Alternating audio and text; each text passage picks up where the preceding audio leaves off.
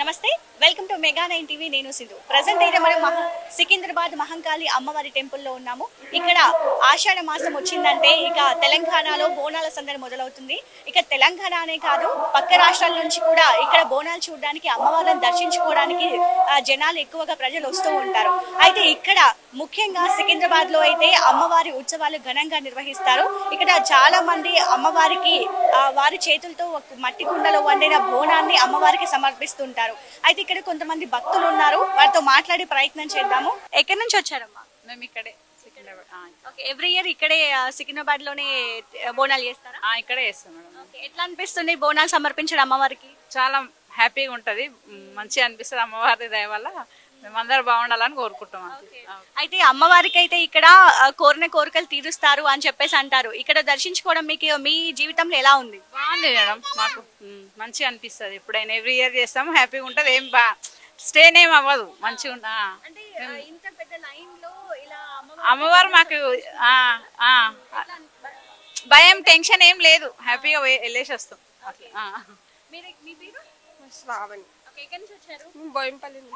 బోయినపల్లి నుంచి every year ఇక్కడికి వస్తారా? అంటే మా మమ్మీ వాళ్ళు ఉంటారు ఇక్కడ, మా మమ్మీ వాళ్ళది ఇక్కడే. ఎవ్రీ ఇయర్ సమర్పించుకుంటారా బోనాలు? Every year. మీ పేరు? మోనికా. ఓకే ఎక్కడి నుంచి వచ్చారు? ఇక్కడే Secunderabad. Yes. Okay every year బోనం వేస్తారా మీరు? Yeah, every year. ఎలా అనిపిస్తుంది అమ్మవారికి బోనం సమర్పించుకోవడం? చాలా హ్యాపీగా ఉంటుంది. అమ్మవారు చాలా పవర్ఫుల్. సో ఏది మొక్కుకున్నా కానీ అమ్మవారికి కంపల్సరీ మా మొక్కులు అనేది తీరుస్తుంది. సో ఎవ్రీ ఇయర్ మా మదర్ వాళ్ళ ఫ్యామిలీ కానీ మా అత్తయ్య వాళ్ళ ఫ్యామిలీ కానీ మేము ఇక్కడే అనమాట. సో ఎవ్రీ ఇయర్ తీసుకొని వస్తాము. అయితే ఇంత పెద్ద లైన్ లో బోనం ఎత్తుకొని రావడం అంటే కొంచెం ఇబ్బందిగా అనిపించట్లేదా? అస్సలు లేదు, అస్సలు లేదు. ఏర్పాట్లు ఎలా అనిపిస్తున్నాయి? వెరీ కంఫర్టబుల్ అండి. కంపేరింగ్ టు ఎవ్రీ ఇయర్ ఈ ఇయర్ చాలా కంఫర్టబుల్ గా ఉంది.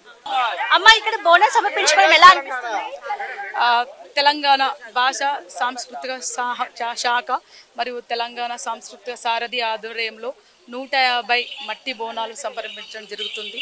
తెలంగాణ సాంప్రదాయాలను, తెలంగాణ సంస్కృతిని విధ్వంసం కాకుండా ఈ యొక్క యుద్ధంలో భాగంగా ఈరోజు మేము తెలంగాణ సంస్కృతి సార 150 బోనాలు అమ్మకు అర్పించడం జరుగుతుంది. నాతో పాటు సాహిత్య నాట్య అకాడమీ చైర్మన్ పుంజల అలేఖ్య మేడం గారు ఉన్నారు. ఎంటైర్ కల్చర్ డిపార్ట్మెంట్ నుంచి మనం ఈ సెలబ్రేషన్స్ చేస్తున్నాం. ఏర్పాట్లు ఎలా అనిపిస్తున్నాయి మేడం? చాలా అద్భుతంగా ఉన్నాయి ఏర్పాట్లు, చాలా డిసిప్లిన్ ఉంది compare to last time. Thank you అండి. అమ్మ చెప్పండి, బోనాలు ఇక్కడ సమర్పించడం ఎలా అనిపిస్తుంటుంది? ప్రతి ఏటా బోనాలను చేసుకోవడం మన తెలంగాణ ఆడవాళ్ళకి అనవాయితీ. కానీ ఈరోజు ఇలాగా మా చెల్లెలతో పాటు నేను ఇక్కడ దీంట్లో పాలు పంచుకోవడం అన్నది చాలా చాలా సంతోషంగా ఉంది. ఎంతో ఘనంగా, ఎంతో సంబరంగా మేమందరం కూడా దీన్ని జరుపుకుంటున్నాం. 150 మట్టి బోనాలను అమ్మవారికి అర్పించడం అనేది చాలా చాలా ఆనందంగా ఉంది. ఏర్పాట్ల విషయంలో కావచ్చు, ప్రజలకు కావచ్చు, మీరు ఏం చెప్పాలనుకుంటున్నారు? ఎలా ఉన్నాయి ఏర్పాట్లు? చాలా బాగున్నాయి, చాలా బాగున్నాయి. తర్వాత ఎందుకంటే అంత చాలా డిసిప్లిన్డ్ గానే ఇప్పటి వరకు జరుగుతూ ఉంది. చాలా సంతోషంగా ఉంది. అమ్మ ఎక్కడి నుంచి వచ్చారు? మరి ఇక్కడ రాణిగంజ్. ఎప్పుడు ఇక్కడికే వస్తుంటారా? ఎప్పుడు ఇక్కడికి వస్తాం. ఓకే ఎన్ని ఇయర్స్ నుంచి మీరు బోనం చేస్తున్నారు? మా ముత్తాతలు ఉన్నప్పటి నుంచి మేము బోనం చేస్తూనే ఉంటాం. ఎలా అనిపిస్తుంది బోనం సమర్పించుకోవడం ఇక్కడ? చాలా బాగుంది. అంటే మీ ఇంట్లో మీరు ఒక్కరే ఎత్తుకుంటారా? పిల్లలు కూడా బోనం చేస్తూ ఉంటారా? వేస్తారు, పిల్లలు కూడా ఎత్తుకుంటారు, మేము కూడా ఎత్తుకుంటాం. అయితే ఇక్కడ క్యూ లైన్స్ ఉన్నాయి, ఏర్పాట్లు ఎలా ఉన్నాయి? చాలా బాగుంది, కానీ కొంచెం బోనాల లైన్ తొందరగా పంపించేస్తే కొంచెం జనాలకి కొంచెం మంచిగా ఉంటుంది. ఇంకొంత మనతో మాట్లాడే ప్రయత్నం కూడా చేద్దాము. ఎక్కడి నుంచి వచ్చారు? మేము లోకల్ సికింద్రాబాద్.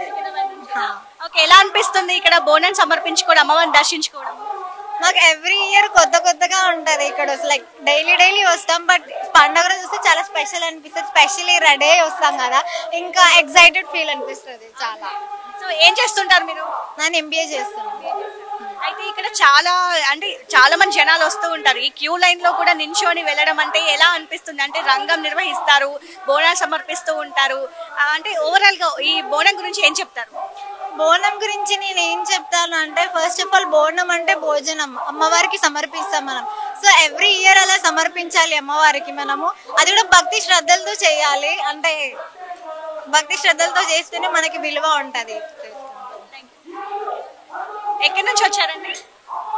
ఇక్కడే ఉంటాం మేము. మీ పేరు? రజిత. ఓకే, అంటే ఇక్కడ అమ్మవారికి బోనం సమర్పిస్తూ ఉంటారు కదా చాలా మంది జనాలు, అంటే మహిళలు చాలా మంది వచ్చి దర్శించుకుంటారు, ఎలా అనిపిస్తుంటుంది? సంతోషం అనిపిస్తుంది. మీరు బోనం ఎక్కుతారమ్మా? ఎక్కుతాం, ఫ్రైడే చేసేసాం. ఓకే, సికింద్రాబాద్కి ఎవ్రీ ఇయర్ మీరు దర్శించుకోవడానికి వస్తారా, బోనం కూడా తీసుకొని వస్తారా అమ్మవారికి? ఎవ్రీ టైం సార్ గుడి వెనుకనే మా ఇల్లు. గుడి వెనకాలే. ఎలా అనిపిస్తుంటది, ఇక్కడ ఏర్పాట్లు ఎలా ఉన్నాయి? చాలా బాగున్నాయి. సో చూశారు కదా, భక్తులు కూడా వాళ్ళు చాలా బాగున్నాయి ఏర్పాట్లు అని చెప్తున్నారు. ఇక్కడ పరిస్థితి మనం ఒకసారి చూసుకుంటే 2600 మంది పోలీస్ సిబ్బందిని పెట్టి ఇక్కడ ప్రతి నిమిషం పర్యవేక్షిస్తూ ఉన్నారు. అలాగే ఎలాంటి కట్టుదిట్టమైన చర్యలు, అవాంఛనీయ సంఘటనలు జరగకుండా చాలా కట్టుదిట్టమైన చర్యలతో అయితే ఇక్కడ సిబ్బంది నిర్వహిస్తున్నారని చెప్పాలి. మార్నింగ్ చూస్తే మంత్రి పొన్నం ప్రభాకర్ 3 గంటలకి పట్టు వస్త్రాలు సమర్పించి బోనం అయితే సమర్పించుకున్నారు. అలాగే 11 గంటలకి తెలంగాణ సీఎం వచ్చి దర్శించుకుంటారు, అలాగే ఇతర మంత్రులు కూడా వచ్చి దర్శించుకుంటారు అని కూడా మనకి తెలుస్తుంది. ఇక చూసుకుంటే చాలా మంది ప్రముఖులు, చాలా మంది ప్రభుత్వ అధికారులు కూడా వస్తారు, పొలిటీషియన్స్ కూడా వస్తారు, కాబట్టి వారు మాట్లాడడానికి కూడా మీడియా పాయింట్లు ఏర్పాటు చేశారు. ఇక ప్రజలకైతే ఎలాంటి ఇబ్బందులు లేకుండా క్యూ లైన్లను ఏర్పాటు చేశారు. అలాగే బోనం ఎత్తుకునే వారికి కూడా ఏర్పాట్లు అయితే చేశారు. ఎలాంటి ఇబ్బందులు లేకుండా అయితే చూస్తున్నారు, పర్యవేక్షిస్తున్నారని చెప్పాలి. ఇక ఎవరైనా మెడికల్ సిబ్బంది కావచ్చు, అలాగే ప్రత్యేక క్యూ లైన్లు, హాస్పిటాలిటీ, వాటర్ ఫెసిలిటీ, ఎవ్రీథింగ్ అన్ని చూస్తున్నారనే చెప్పాలి. ఇక మొత్తానికి చూసుకుంటే ఇక్కడ చాలా ఇక నడవడానికైనా కూడా ఇబ్బందులు ఉంటాయి కాబట్టి ఇక్కడ ఉన్న క్యూ లైన్లు ఏర్పాటు చేశారు. అట్లాగే 2 కిలోమీటర్ల మేర ఇక్కడ అయితే ట్రాఫిక్ ఇబ్బందులు లేకుండా 2 కిలోమీటర్ల మేర నుంచి ట్రాఫిక్ ఆంక్షలు అయితే విధించారనే చెప్పాలి. ఇక చూసుకుంటే ఆషాఢ మాసంలో తెలంగాణలో బోనాలు అంటే చాలా ప్రాముఖ్యత ఉంది. అంటే 1816 నుంచే, అప్పట్లో కాకతీయుల కాలం నుంచి కావచ్చు, ఇక్కడ వచ్చి నిజాం కాలంలో కావచ్చు, ఈ బోనాలను అయితే సమర్పించుకుంటున్నారు మహిళలు అని చెప్పాలి. ఇక శివసత్తులు, అలాగే భక్తులు, మహిళలు చాలా మంది డప్పు మేళాలతో ఈ అమ్మవారికి అయితే బోనాలు సమర్పించుకుంటారు. అట్లాగే చాలా మంది భక్తులు కోరిన కోరికలు నెరవేరుస్తారు. అమ్మవారు చాలా మహిమగల అమ్మవారు అని కూడా చెప్తుంటారు. మన తెలంగాణనే కాదు, తెలంగాణ ప్రాంతంలో ఉన్న గ్రామాల్లో ఉన్న ప్రజలు కావచ్చు, లేకపోతే పక్క రాష్ట్రాల్లో ఉన్న వాళ్ళు కూడా అమ్మవారిని దర్శించుకునే ప్రయత్నం చేస్తూ ఉంటారు. అట్లాగే ఇక్కడ ఓన్లీ ఫస్ట్ బోనం అయితే గోల్కొండ నుంచి స్టార్ట్ అవుతూ ఉంటుంది, ఆ తర్వాత లాల్ దర్వాజాలో బోనాలు సమర్పిస్తారు. అట్లాగే ఇక్కడ అమ్మవారికి బోనాల కార్యక్రమం తర్వాత రంగం ఉంటుంది. తెల్లారి మరుసటి రోజున రంగం నిర్వహిస్తారు. ఆ రంగం అయితే పచ్చి కుండ పైన ఒక మహిళ భవిష్యవాణి వినిపిస్తారు అని చెప్పాలి.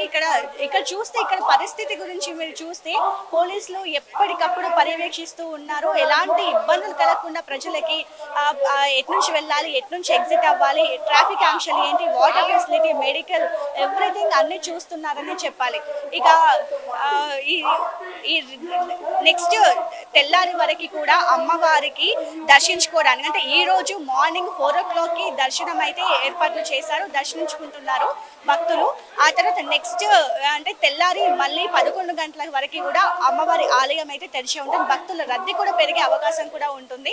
ఇక భవిష్యవాణి రంగం చెప్తూ ఉంటారు. ఇక ఈ రోజు చూసుకుంటే బోనాలు సమర్పించుకున్న తర్వాత ఘట్టం ఉంటుంది, ఆ తర్వాత తొట్టెల ఊరేగింపు ఉంటుంది.